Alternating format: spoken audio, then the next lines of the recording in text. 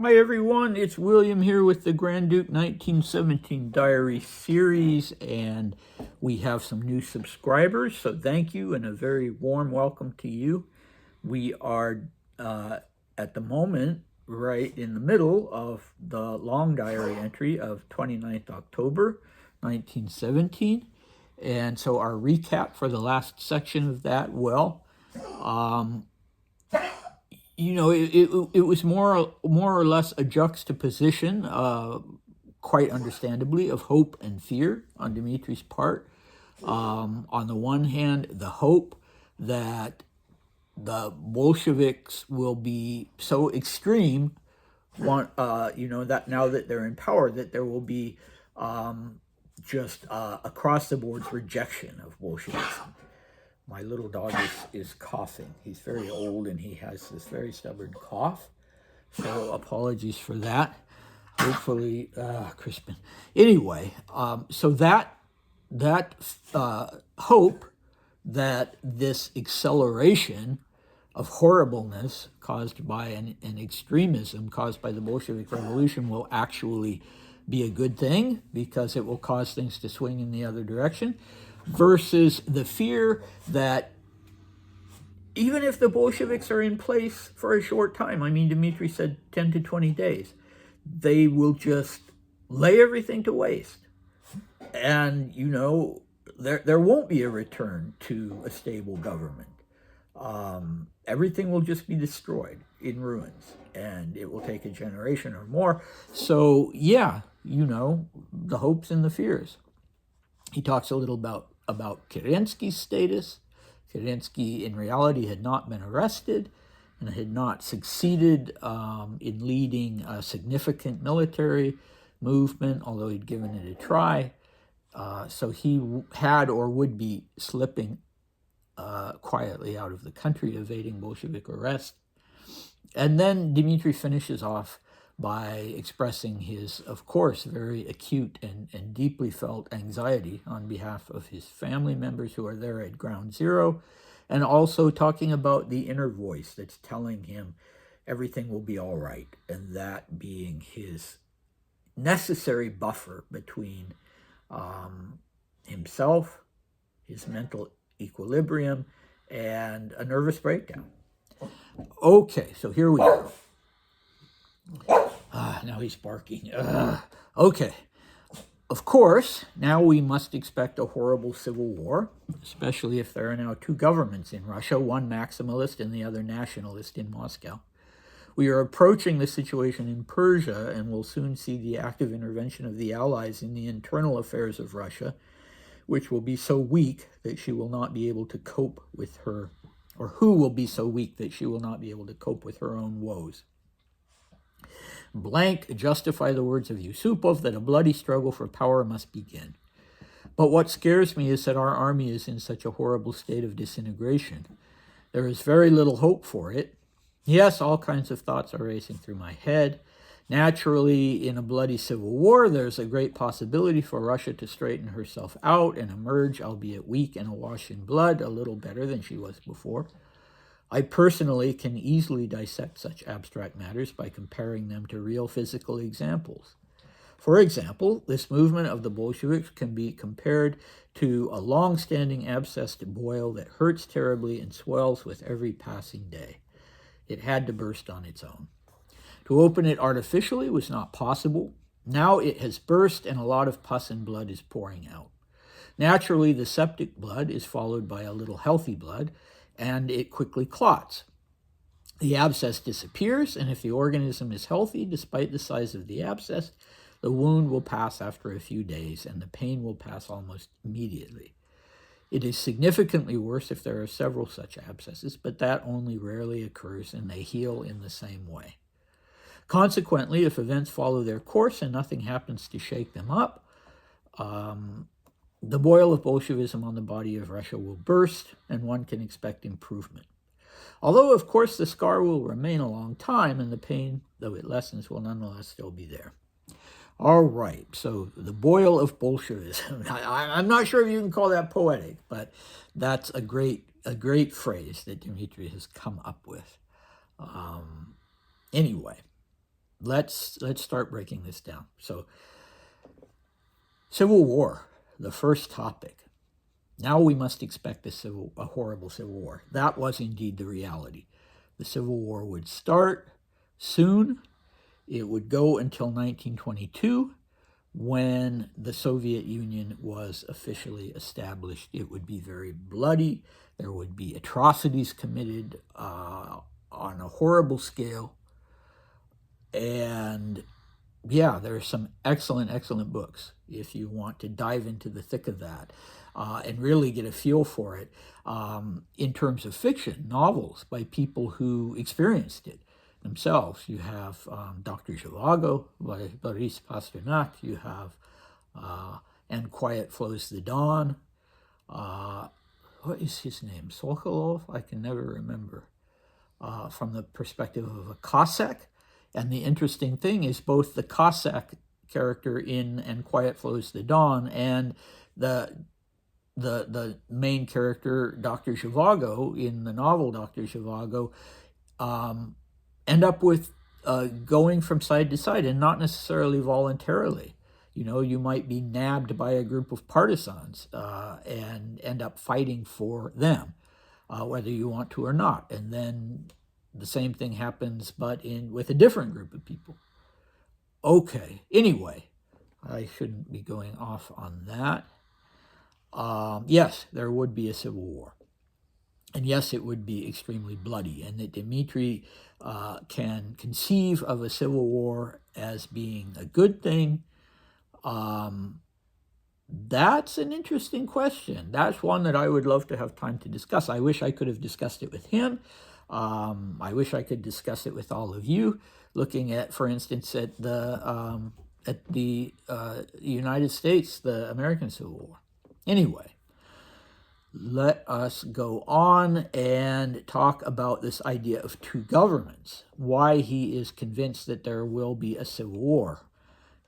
This will happen especially if there are now two governments in Russia, one maximalist, the other nationalist. Okay, so maximalist is another word for Bolshevik. So the Bolsheviks in Petrograd, and then rumor had it that there was a nationalist government in Moscow led by the socialist revolutionary Boris Savinkov, and there was not. So Russia was not divided between two governments. There would be other governments. When the Civil War happened, there would be a white Russian governments in Siberia and in the south, if I recall correctly. But at this point, there are not two governments. All right. Then there's the reference to Persia. So what's that all about? So Persia is what Dmitri fears that will end up happening to Russia, although Persia has not yet had its revolution. If memory serves, its revolution would occur in 1921, and Dmitri, in fact, would write about that. Not sure about that date, but right around that time. At the moment, Persia was on the razor's edge of revolution already in 1917, and Dmitri will be talking about that quite a lot. It had a very, very weak monarchist government, and it was basically controlled by Russia in the north and by Britain in the south.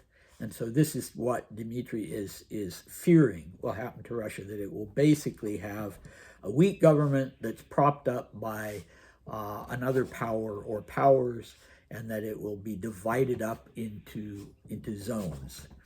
So that's the fear. All right. Overall, this fear of foreign intervention is just absolutely something that chills Dmitri to the core. And other people would have different perspectives. Quite a lot of other people would be very hopeful that there would be a big intervention of the Allies, or depending on who the people were, whatever state they supported. In the Second World War as well, the idea that, well, a German takeover of Russia will be great because that will be how we get rid of the Soviets, and that was something that a lot of Russians emigres on the right actually wanted to see happen, to the extent that they would enlist in the Wehrmacht. But anyway, Dmitri would very consistently, from day one after the revolution, impose any kind of intervention at this level. I don't think early on he would have minded if the Allies had, shored things up here and there on the fringes.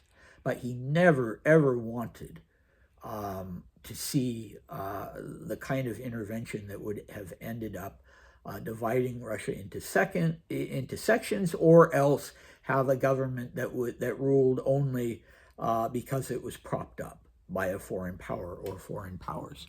So that's worth noting, because that was so important to him, and that was so central to his to his behavior and his political activity, going all the way up to the outbreak of the Second World War. Okay, so he mentions Yusupov. He's made it a point to say that he hasn't gotten any news from home, from relatives or loved ones recently. So I think he's going back to the correspondence he had with Yusupov back in September and earlier, when Yusupov was telling him, do not return to Russia. Don't be lured back to Russia. Just stay where you are. And Yusupov apparently was even back at that time saying, look, there might be a civil war. That there will be a bloody struggle for power, is the way that Dmitri puts it, saying, Yusupov told me there will be a bloody struggle for power, even if not a civil war. Okay, so Yusupov was certainly right about that. He was a smart guy, very intelligent man. Okay. This statement that Dmitri makes, that makes me laugh here, that he's a person who can easily dissect such abstract matters by comparing them to real physical examples. This is his method. This is his secret behind his ability to dissect abstract matters. So that sounds to me, I laugh because it's like something I would have said when I was an undergraduate. Years and years and years ago. But then comes this very interesting comparison to the boil. Well, of course, we know where that comes from. He himself had had a boil that had now resolved, and it had been a horrible one. Apparently, it was abscessed, and he talks about it as being extremely painful, as limiting his ability to do anything. And, I remember him describing these ropey veins around it. It was on his thigh, his left thigh, I think. So surprise, surprise, when he decides to make compare the abstract things to a concrete bodily thing, he chooses a boil. I should have warned those of you who might be squeamish. That is kind of, gross. Anyway, the process that he's describing here, I think probably is pretty much the process that he experienced. Apparently it burst at some point, and with pus and blood and nastiness, but then it healed. But one thing he's missing in his comparison, saying, in this instance, oh yeah, okay, maybe the Bolshevik takeover will indeed be a good thing because this boil had to burst, and now it can finally heal. Well, the problem with that being is that, he writes, he qualifies it. The abscess disappears, and if the organism is healthy, well, Dmitri's organism was healthy. He had no problem recovering from the literal boil that he had. But in Russia's case, there wouldn't have been two revolutions to begin with. The March Revolution and then the October Revolution, or the February and the October Revolution, if it hadn't been for the fact that the organism was not healthy. And so it's not going to be the same kind of healing process that he himself experienced. So, Tom P., that's not going to be what happens. That's really wishful thinking. All right. So what do we have next time? Well, we are going to talk about the enemy, Germany. Dmitri refers to them as the enemy, and what he's predicting they will be doing, and whether there will be a separate peace. And then he will also be talking, well, I don't know that we'll have time for him to go and talk about the war, the broader war, Italy. He's fascinated by this massive military loss in Italy. I think, yeah, we'll be talking about, his worries for the loved ones back at home, and more about, yeah, what's going on at home, and the Germans, the Allies. So sorry, I'm kind of tongue-tied today. I don't know why, but bear with me, and I hope to see you next time. Bye.